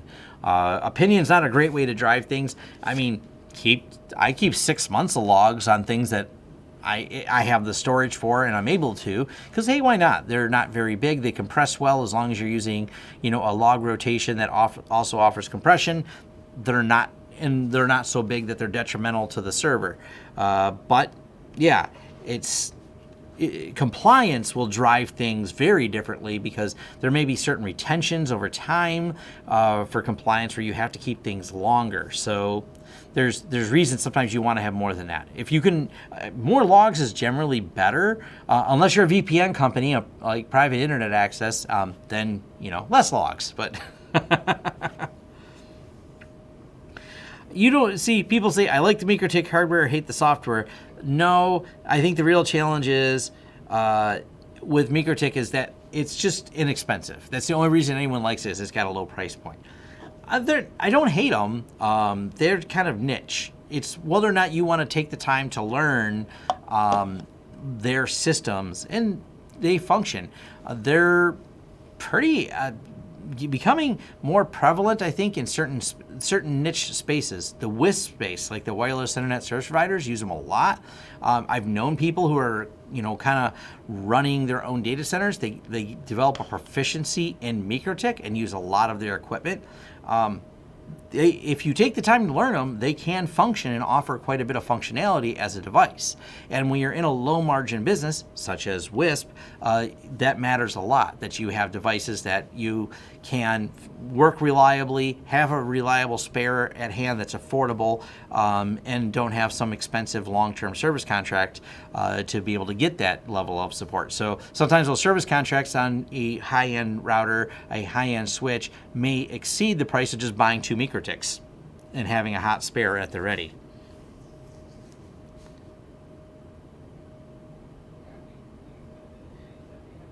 Yeah, you keep it as long as you think you need to go back. That's definitely a yes.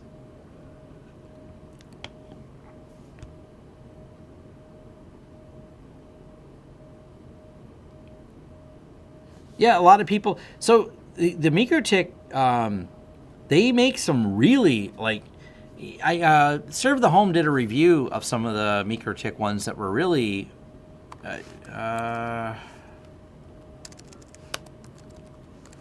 Where was that one that they did that I liked?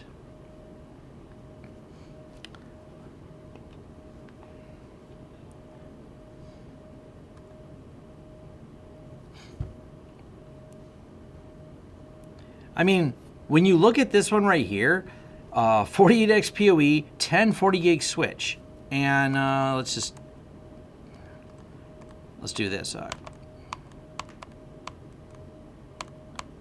having a hard time mouse clicks. Sorry. Where is... I just want to look at a price on this. A 48 port cloud router switch, 4 10 gig ports, 2 40 gig ports for $752. That's a hell of a price. So Serve the Home has a review of them and things like that. And you're talking about a product with a sub $1,000 price tag with dual power supplies, rack mount, and yeah, that's an impressive price for this. You're not going to find anything in the Juniper line that's going to be at this same price point. So I get why they have a solid market share on some of the enterprise core switching, because one, it's not something that you're, once you get it configured, you have your VLANs, if you have any type of special routing, not as likely you're doing the routing in a MikroTik, but it does have, I believe this model probably has some layer 3 routing capabilities. Once you have this set up, you grab the config, you save it to your backup one that you have sitting in the rack, because you're able to buy a sub $1,000 core switch with 40 gig connectivity, and then you now have 2 of them, and you just upload the config file to both of them, and away you go. Now you have a spare, you have this one. It's a really impressive price. Or, you can configure 2 switches, and a lot of different devices will have redundant connections on them. So you build the server and you use half the connections on one switch, half the connections to the other switch, and now you can survive a failover from any particular switch failing. You not exactly mirror the configs in that scenario, but you get the idea. There's backup strategies you could have for higher availability based on that. So, and for the price, that's what's driving the market share, is the fact that they can actually, have it at that price.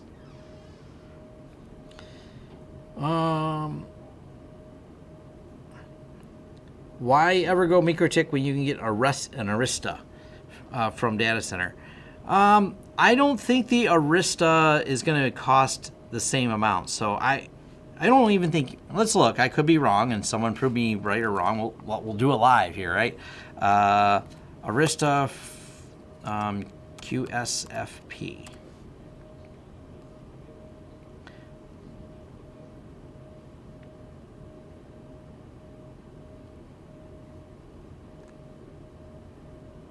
Oh, there's eBay Aristas for a similar price.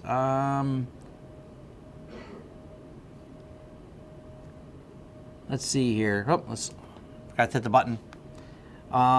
It looks like you can actually get. This is interesting. I mean, it says buy it now for $800. That is very in similar price to the MikroTik.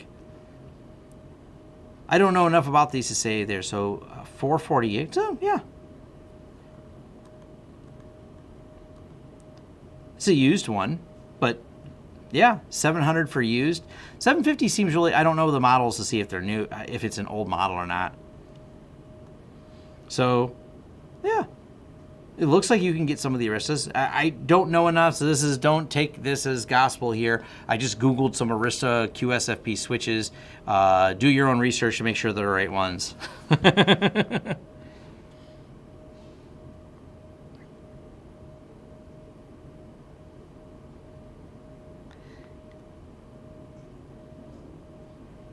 And also, by the way, you can find some Arista on good price on eBay.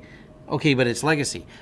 I'm assuming a new Arista 40 gig is going to be substantially, not a little bit, but substantially more expensive. So what does an Arista QSFP...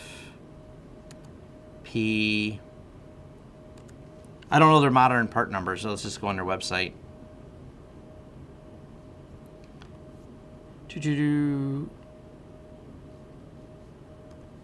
That's the transceiver. Can we find them from Amazon? I'd be Arista switch just to try to get a baseline price. No. I didn't think they're... Yeah, I'm not finding them on Amazon. You probably got to go to CDW. But CDW is way on the other side of the pricing world. They're not always... It's been a while since I bought anything from CDW, but... Let's see.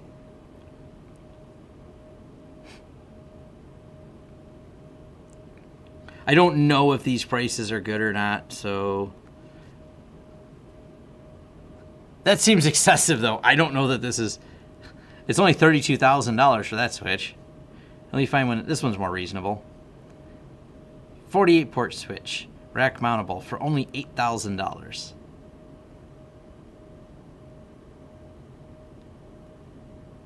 I don't know their switches enough to... I just know CDW seems usually highly priced. I don't know how good this is or not.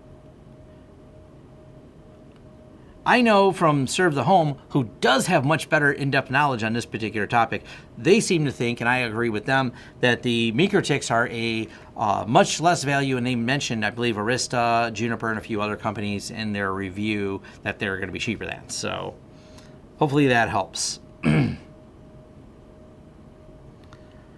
Let's see here.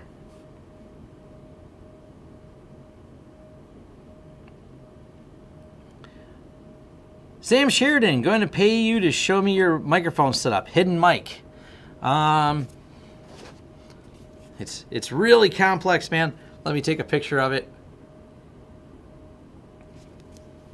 And then I can, through the magic of video stuff.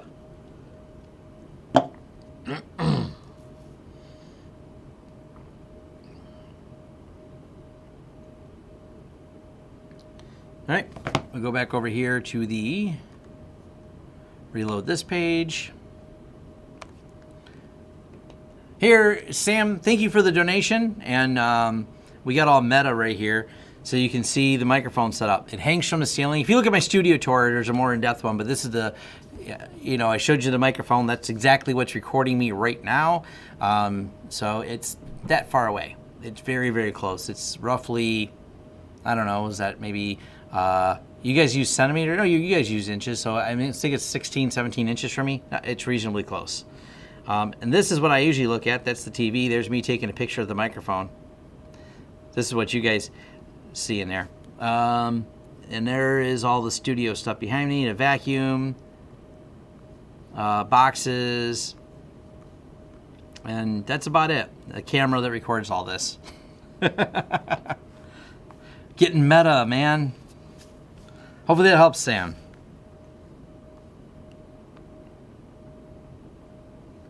Oh, let's see. 10 gig in the home update. Yeah, that might not be a bad video. Have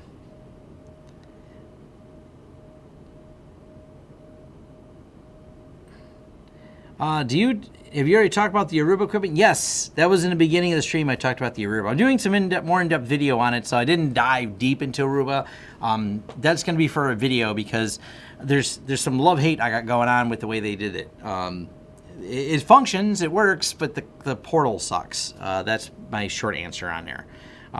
So I've still got to do some more testing. Matter of fact, this is setting up like this because it's going home with me. And me and the Aruba are going home to test because I need to put. I'm going to run a lot of data on here, so there's some good analytics information. Because that's a highlight of it, is that it has analytics, and people seem to get super excited about analytics. So hey, I'm going to connect all the devices at my house so I can give you some analytics data with it. Are you following Firewall of Gold? Nope.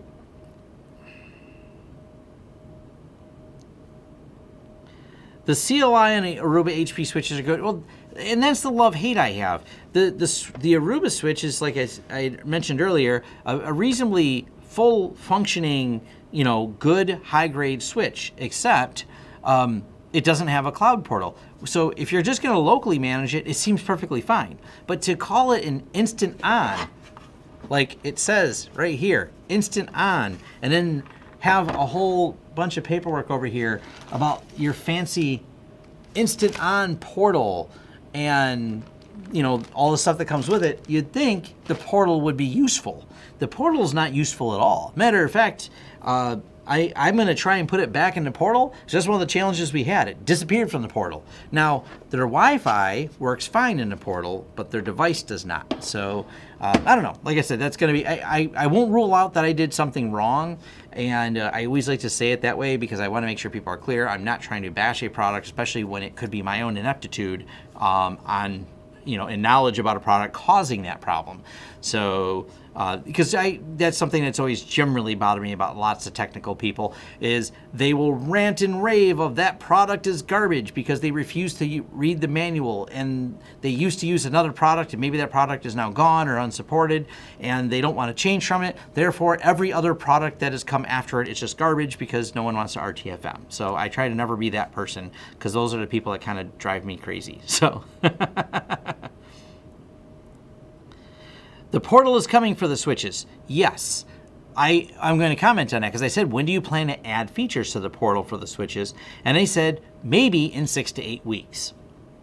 Okay, then that's a fair answer. I will be talking about that yes, they will be adding features, and I have an email from their support people that says that, and that's fine. I just think people have to know, because if I do a review of a product, and someone says, hey, I bought it and that portal's not that great, if I don't highlight the fact that it's, one, context, when I do the video, I'm doing the video in, on this day at this time, and these are the feature sets available now, they claim to be future adding features. That's an important thing because that will also maybe change when you want to buy the product when those features become available. And that's just an important distinction I like to make because it's very relevant because I don't like, it's like look at Unifi who talked a very, very, very long time about offering certain layer 3 routing stuff. And finally, in the last update, added it very recently, like, I don't know, was it a week ago now? And I did a video on it. So I never really talked about that feature other than it's mentioned in marketing, we don't know when it's coming. And that's how, in some ways, they didn't give me a hard date that these features will be available. They said they might be available in 6 to 8 weeks. So, yeah, that's the other thing about this, and I got to play with this one and look at it from a local standpoint because the other thing I noticed about the Wi-Fi is just the absolute basic nature of it. Like it's got radius authentication, WPA, WPA3 authentication, no real advanced tuning options in there. But my understanding is the whole idea of these is to be very automatically tuned, automatically work out of the box, be very simple to set up, and be targeted at small business, which is great. This is actually not a bad use case because the majority of people who go, hey, I want to throw a couple of these up in my office and put some passwords on them, that's usually where the config stops. If everything else is automatic after that, people are like, great, that's all they needed. So, yeah. Buy the gear based on what it can do, not based on what marketing people say it might do at some time in the future, is just a good rule to live by. This is the Aruba 8-port instant on switch, and this is the AP15US. Now, one thing I've noticed is even doing a Google search, I will make sure when I do the video, I leave links to the exact manuals because their SEO visibility is not great on this. Matter of fact, when I found the page for it, there's different page landings on HP's product pages that don't have all the details in them. So there was definitely some missing information in there.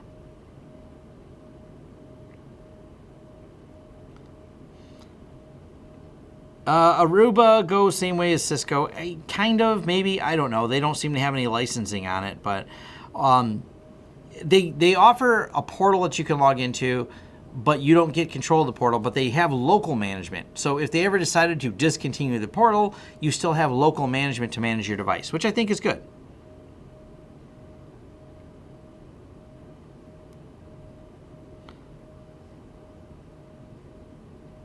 Static VLAN routing is better than, open shortest path first. Yes. I have 0 deployments with Aruba, and I'm going to also preface the video with that piece of information. So I just don't plan, and honestly, I haven't looked at these and said, wow, I need to deploy this to a massive job right now. it's one of those things once you kind of have a lot of one product line that you go, hey, I want to stay with this product line. Second challenge, their own dashboard only supports up to 50 of these in one. So we can't use it at a job bigger than 50 with the particular, per their system, you can only have 50. Well, they said devices, and I'm going to ask before I do the video for a clarification. I don't know if they mean you can have 50 devices or 50 access points, but the number was 50. I got to double check and read the email they sent me on this. So it's taking a little bit more time in reading before I can do the review of these particular devices. So something worth noting, though, because obviously having that type of limitation for large projects is right away. It's going to be a wall we run into, you know what I mean? Where you go, whoop, you hit a wall, we can only do this many at that location. If the location needs more than that, we can't consider this device. So those are things, yeah. Oh, well, in 50 VLANs, well, if you're talking about enterprise, that's actually the dashboard. If I'm not mistaken, I got this note somewhere. The dashboard supports 8 VLANs. The device supports more than that, but the dashboard only supports 8 VLANs. So there's another limitation that I ran into. I have a video about putting pfSense in a VM. So I've not only run it in a VM, I have a video about putting it in a VM, and there's plenty of documentation on that. I'm going to wind this down. I have a few more minutes because I actually have a VLAN. Not VLAN. He says I read VLAN here. Sorry, I have an interview I have to do with someone. And so that has to happen in a few minutes. That's already scheduled. So I am winding this down. Is there any more questions for the good of the class before we end this live stream that people have? So highlights of this, though, is I may do a video on MailTrail. That actually, from a simplistic Python script standpoint, is pretty slick. I may play with that a little bit. What else do we have? Do you do any performance or roaming tests with them? No one asked for speed on Wi-Fi. So it's not like we have any subjective testing where we go, oh, you got to get this much speed out of there. Rarely, if someone's deploying Wi-Fi, it's for connectivity and not for speed. Speed is so difficult, and I talked about that in one of my comparison videos of how challenging it is to get a consistent speed test. And this is not I was testing with Unifi, but any Wi-Fi devices that's challenging to get absolutely consistent, because when you're dealing with radio waves, it's just, there's a lot of reflection, there's all kinds of variables that vary so much. It's, it just becomes a challenge to get a consistent speed test. Roaming just works. I don't, as long as you have solid signal strength, roaming from device to device to device on the Unifi platform, for example, and I'm positive I only have one access point here, but I'm sure roaming, provided you have modern devices paired with modern access points, roaming just works. That problem's kind of been solved. I'm sure there are problems with some devices, but I've seen roaming work perfectly fine on Meraki. I've seen roaming work fine on, we worked with a client who had a bunch of arrow hives. It just worked. And Unifi, we do a lot of Unifi, obviously, and it just works. I wander around, and I can roam around my office, and it'll connect to my access points here with very little thought put towards it. So, yes, type in pfSense Unifi VLAN on my site, or my thing, and you'll find definitely have, I have several videos on that, as a matter of fact, not just one.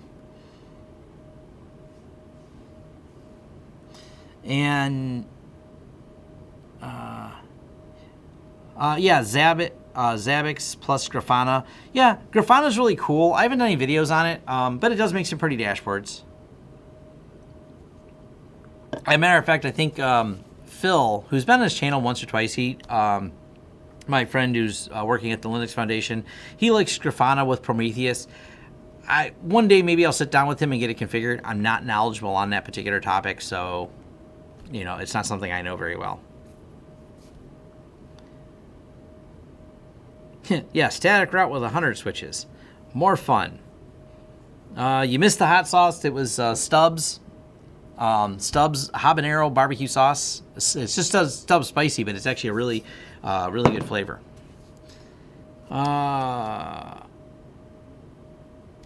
Set up a VLAN so it can see another VLAN. That's not a question. What do you think about SD-WAN? Use it if you need it. So, And SD-WAN is a big, Wasabi peas are good. But SD-WAN's a big topic. I've done zero tier. So that's a form of SD-WAN. There's other ones that other companies do where they bond circuits together. That's a form of SD-WAN. So it kind of depends what you need to do and whether or not it's a practical use case for you. There's not like an all-encompassing answer to that.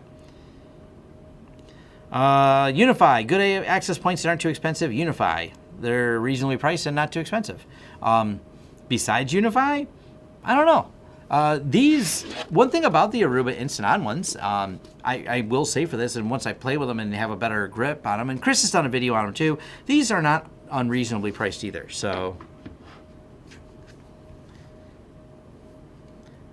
yeah, if you want to use WAN to bond an SD-WAN for multiple 4G modems, that's find an SD-WAN solution that makes you happy, and bond them together. What certs do you have? I have no certs. I am not certified in anything. I employ people who are certified, but I am not myself certified or college educated.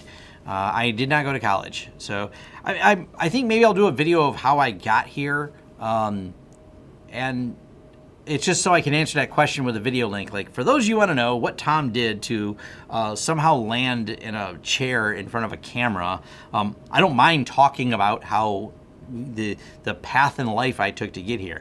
But don't look at my path and think that it is just the same for you or anyone else. Everyone's path is very different. I can share my experiences and how I did things.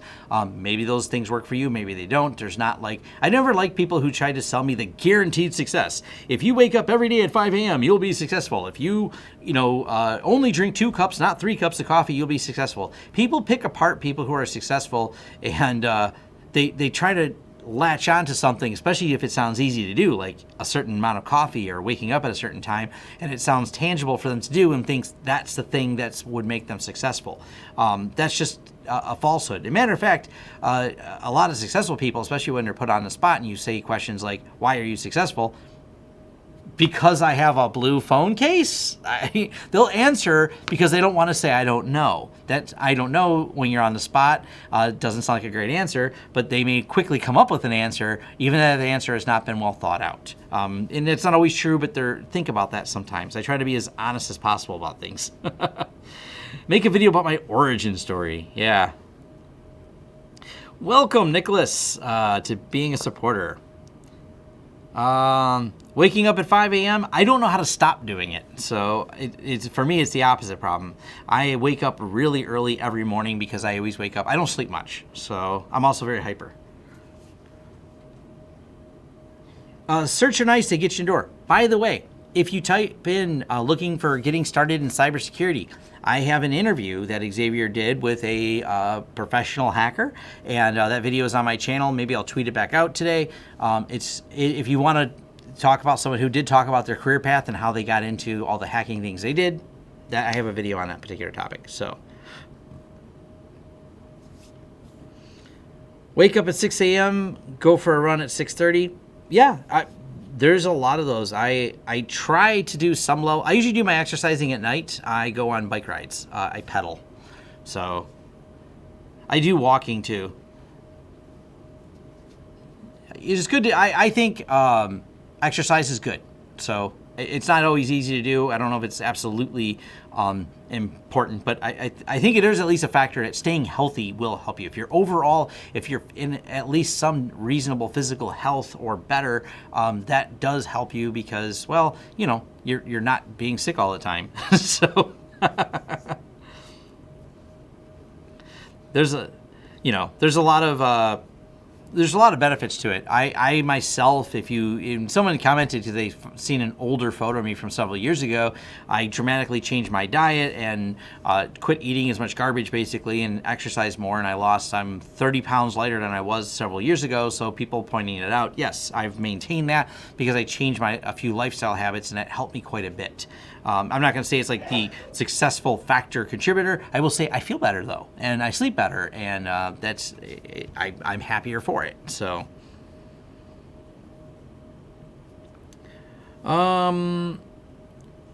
is actually what side?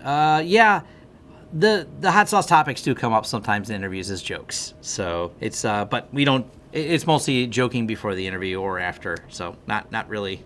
Anyone who knows us and knows something about us. So.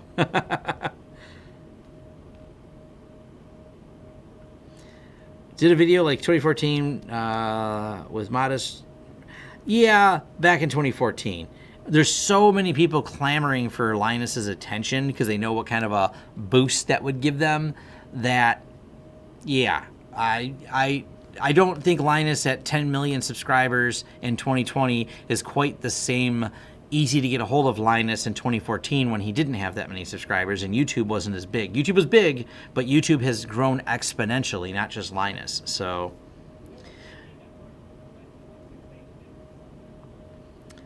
yeah, once you once you go from being unhealthy to being healthy, the feeling better, you didn't know you didn't feel good because as you kind of get into unhealthy habits or gain weight or whatever it is, you don't know you're not feeling good. You realize it later when you lose it. You're like, man, I remember those. I never was the energy to go all the way around the track at the park when I walked. I would only go one around. Now I'm like, oh yeah, let's go for 2 or 3 times around. So yeah. Change your diet, don't go on a diet is incredibly important. It's all about having a habit. It's not what you eat today, it's what you eat every day. So it's like, hey, cool, I ate something, whatever, bag of chips today, but if you eat them every day, crisps for my friend Sam over in England, I think that's what you guys call them. Anyways, if you are in the habit of eating unhealthy, that's where the problem is. It's not like if I eat a piece of cake today, it's if you eat cake every day. So change your habit, change your diet. You don't diet, you change your diet. So Tom giving, and I'm far from someone who should give health advice. The last thing I'll leave you with is, what was I doing over the weekend for those interested? Oh, car shows. That's still a thing. Where was it? I lost it. We had a lot of car shows over the weekend over here in there. So I'll leave you guys with that. A couple of pictures from the car shows, and including me playing around. I was over at the, there's a whole row of these Ford GTs, which I was like, ah, these are such beautiful cars.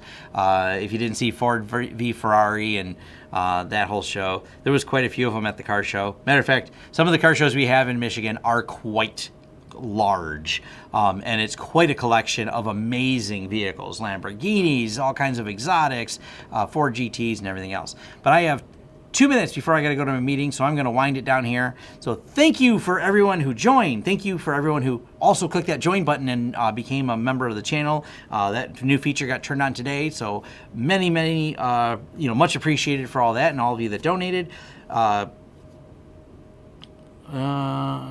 Yes, I still run Pop OS, and I have to wind this down. So I will see you guys next Thursday. Join the forums. I'm very interactive there. If you have your questions, I answer pretty much, unless they're outlandish or gibberish. Both those happen sometimes. I pretty much answer all the questions in there. I have good discussions and a lot of engagement in my community forums. So forums.lorexsystems.com. You can reach me there. You can tweet at me if you want to. I try to reply to the Twitter a lot. I get bad at Twitter and sometimes goof it up.